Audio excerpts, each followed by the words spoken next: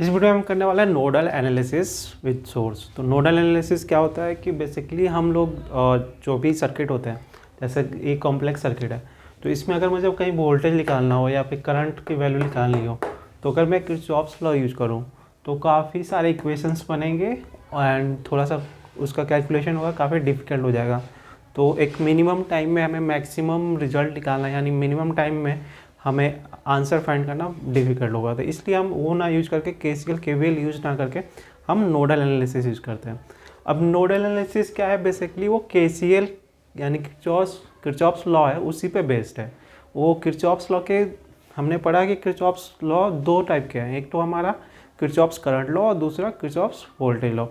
तो जो हमारा नोडल एनालिसिस है वो किरचॉफ्स करंट लॉ पे बेस्ड है, यानी हम किरचॉफ्स करंट लॉ का यूज करके इसमें ये मेथड फाइंड करेंगे, नोडल एनालिसिस मेथड फाइंड करेंगे और ये सर्किट हम इजीली सॉल्व कर पाएंगे।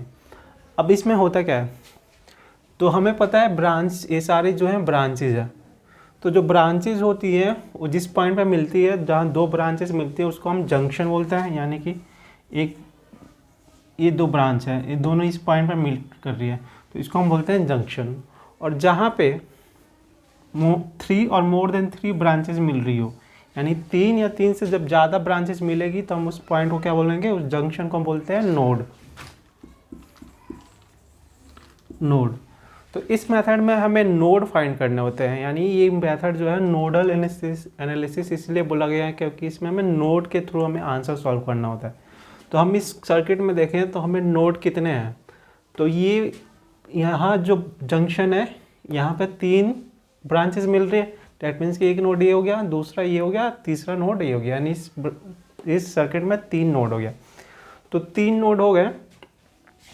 तो अब हमारा इसमें मेन फोकस क्या होगा कि 3 नोड मिल चुके हैं, अब हमें एक नोड को क्या बनाना है, जीरो पोटेंशियल नोड मानना है। यानी इसमें से किसी नोड को हम क्या मानेंगे, जीरो पोटेंशियल नोड। तो मैंने नोड 3 को जीरो पोटेंशियल नोड अज्यूम कर लिया।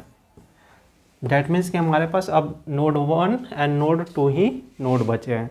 तो जो जीरो पोटेंशियल नोड है उसको हम क्या करेंगे, अज्यूम करेंगे कि वो जीरो पोटेंशियल पे है। तो अब हमारे पास जो सर्किट यहाँ पे इक्वेशंस बनेंगे नोडल एनालिसिस में, वो टोटल नंबर ऑफ नोड्स -1, यानी नंबर ऑफ इक्वेशन जो बनते हैं, नंबर ऑफ इक्वेशंस कितने होते हैं, n-1, where n is the number of nodes। तो n-1 जो हो गया वो नंबर ऑफ इक्वेशंस बनेंगे, यानी यहाँ पे टोटल 3 नोड्स है। डैट मीन्स कि हमारे जो टोटल इक्वेशंस आए जाएंगे वो 3-1 डैट इज इक्वल टू 2, यानी 2 इक्वेशंस बनेंगे। अब हमें समझ में आ गया कि कितने इक्वेशंस बनने वाले हैं, बट हम इक्वेशंस बनाएंगे कैसे। तो इक्वेशंस बनाने का तरीका आगे हम देखते हैं।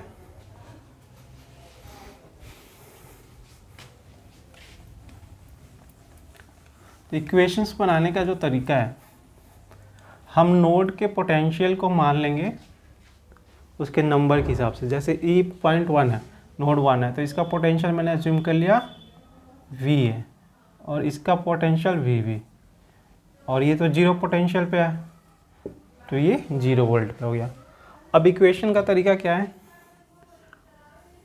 फर्स्ट नोड 1 के लिए हम लिख रहे हैं इक्वेशन।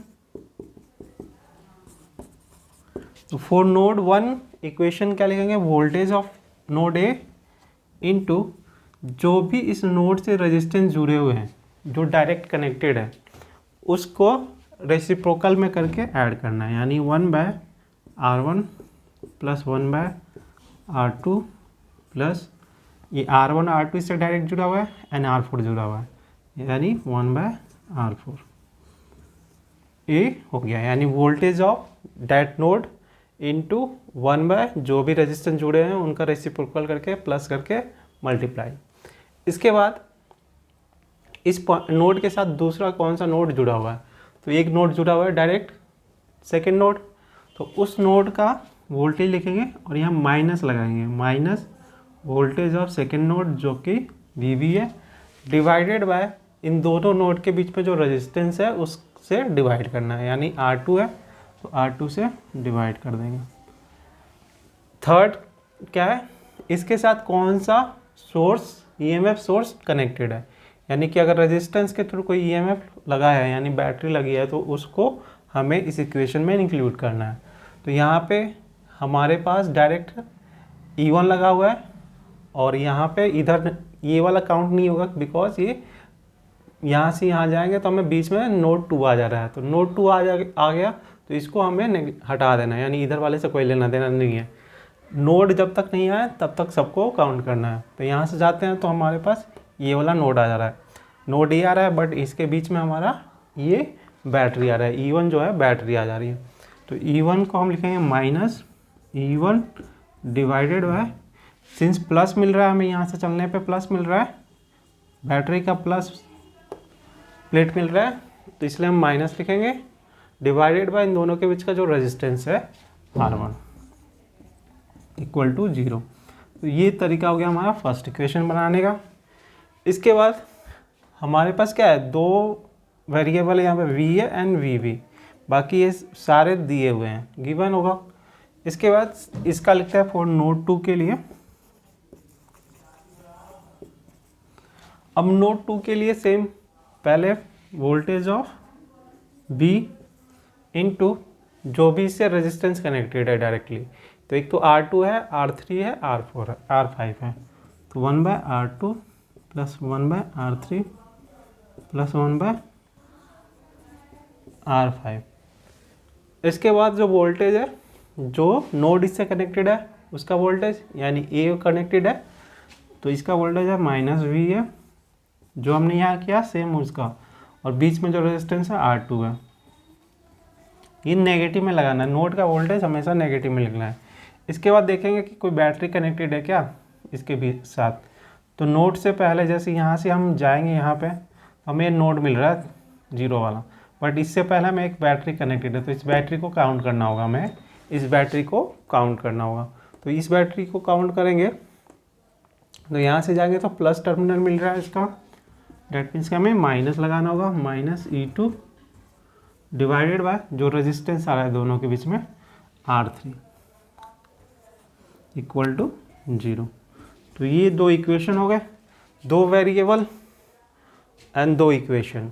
बस इसको सॉल्व करना है, हमारा वोल्टेज इस पॉइंट का आ जाएगा, इस पॉइंट का आ जाएगा, तो इस पॉइंट का वोल्टेज आ जाएगा तो हम सिंपली इसका करंट फाइंड कर सकते हैं, ये 0 माना गया तो इसका भी करंट फाइंड कर सकते हैं, इसका करंट फाइंड कर सकते हैं, सबका करंट हम फाइंड कर सकते हैं इजीली।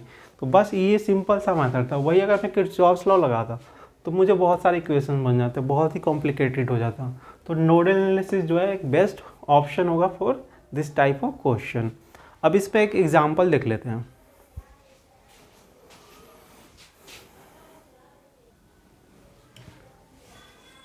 तो हमारा क्वेश्चन है ये वाला, यानी ये सर्किट है, हमें वोल्टेज फाइंड करना है इस नोड को। तो देखेंगे तो नोड यहाँ पे एक ही है, एक नोड यहाँ है, एक नोड यहाँ है। तो एक नोड को हमें क्या मानना होगा, 0 पोटेंशियल वाला नोड, तो मैंने इसको 0 पोटेंशियल का नोड मान लिया और इसका वोल्टेज मुझे फाइंड करना है। तो सिंपल है, सेम इक्वेशन लिखेंगे हम। तो इक्वेशन जो हो जाएगा वोल्टेज ऑफ पॉइंट ए, इसके बाद जो जो रेजिस्टेंस कनेक्टेड है तो 3 ओम 2 ओम 2 ओम, तो डैट इज़ 1/, अच्छा इसके साथ ए भी कनेक्टेड है 2 ओम का, तो ये डायरेक्ट आ जाएगा, तो ये दोनों जुड़ जाएंगे क्योंकि सीरीज में, तो 5 प्लस में 1/2 प्लस में 1/2। देन इसके बाद हमें क्या करना होगा, उसके बाद हमें देखना था बैटरी कनेक्टेड, तो इससे एक बैटरी यहाँ कनेक्ट हो रही है, प्लस मिल रहा है टर्मिनल, तो -4 वोल्ट डिवाइडेड बाय 5, एक टर्मिनल बैटरी ये मिल रही है, तो इसका भी लिखेंगे 4 डिवाइडेड बाय 2, इसके बाद डेट इज इक्वल टू 0। तो ये इक्वेशन बन गया सिंपल। तो वोल्टेज ऑफ ए पॉइंट जो हो जाएगा ये 1 हो गया, यानी 6/5 माइनस 10, तो ये 8 आ गया, और ये आ जाएगा हमारा +20, डेट इज 0। इसमें देख लेते हैं एक बार, ये 2 आ गया और 2 से मल्टीप्लाई होगा तो कितना आएगा, तो ये आ गया 2 10 14/5, सेम चीज़ ये भी आ जाएगा तो सही कैलकुलेशन हमारा। वोल्टेज ऑफ एज हो जाएगा 6/5 माइनस 28/10 इक्वल टू 0, यानी कि ये लिख लेंगे हम, वोल्टेज ऑफ एज हो जाएगा 28/10 इंटू 5/6। तो यहाँ से कैंसिल कर दो, 2 14 3 7, यानी 7/3 वोल्ट जो होगा वोल्टेज होगा ऑफ पॉइंट ए का, यानी इस पॉइंट नोड 1 का जो वोल्टेज होगा 7/3 होगा। अब मुझे करंट निकालना होगा तो मैं क्या करूँगा, यहाँ का वोल्टेज मुझे पता है, यहाँ से मूव कर जाओ सिंपली। जैसे इस ब्रांच का करंट निकालना है मुझे I1, तो I1 क्या होगा, इसका 4/कितना है, 7/3 है, तो ये 7/3 हो गया। तो 7/3 हो गया, तो इसको फाइंड करने के लिए क्या करेंगे, यहाँ से मूव करना है हमें। तो यहाँ से अगर मैं जा रहा हूँ तो मुझे इस बैटरी का नेगेटिव टर्मिनल मिल रहा है, यानी कि प्लस लिखेंगे 4, उसके बाद माइनस, ये दोनों सीरीज में तो डायरेक्ट ऐड कर दे रहे हैं, 5I1, एंड यहाँ पे जाने पे जो मिलेगा हमें पॉजिटिव, यानी नेगेटिव 7/3 इक्वल टू 0, ये लिखना होगा। इसके बाद एक कैलकुलेट करेंगे तो I1 जो आ जाएगा, इसको इधर ले जाते हैं तो ये आ जाएगा 12, यानी 5/3, ये चला गया 5I1, और इनका कैलकुलेशन करेंगे तो 12 माइनस 7, यानी डेट इज़ 5/3, और यहाँ से I1 जो आ जाएगा वो 1/3 आ जाएगा, यानी कि ये सिंपली हम यहाँ का करंट आ गया। सेम इधर का करंट निकाल सकते हैं और सेम ऐसे ही करंट निकाल सकते हैं। तो बहुत ही अच्छा कंसेप्ट है नोडल एनालिसिस। आई होप कि समझ में आया होगा। अगर कोई डाउट है तो you can comment, please like and share and subscribe.